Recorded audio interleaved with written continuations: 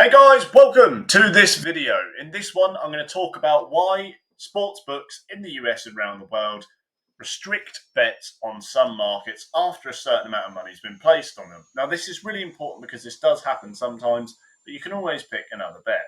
If you want to get started making money from sports betting casinos, jump in the description. We're going to get you started right up. So let's take a look at some markets. Okay, so I'm going to click on NBA. I'm just going to go for the Hawks versus the Mavericks. And often this is the case for spread bets.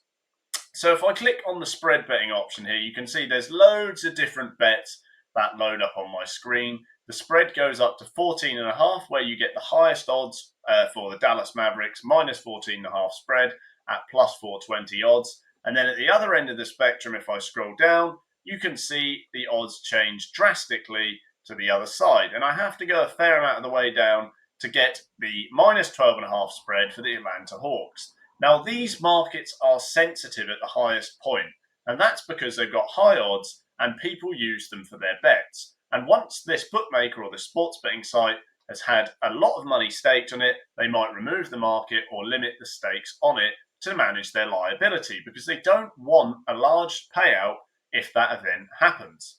So that's exactly what they do. They just change the odds, or they just get rid of the market, okay? Or they'll just limit the stakes you can put on. So you might find if you clicked Atlanta Hawks minus 12.5 and you went to put a bet on and it said, sorry, you can only bet X amount, it's just because they've already had a lot of money bet on that market.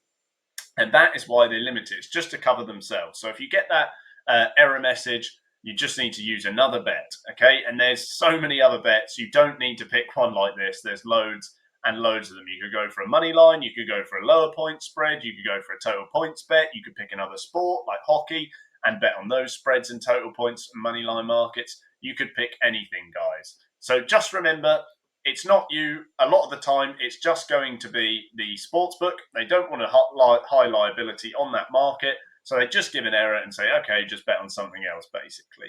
So that is why you might get that error message, and that is what to do with it. Pick another bet. Thanks for watching, guys. See you in the next one.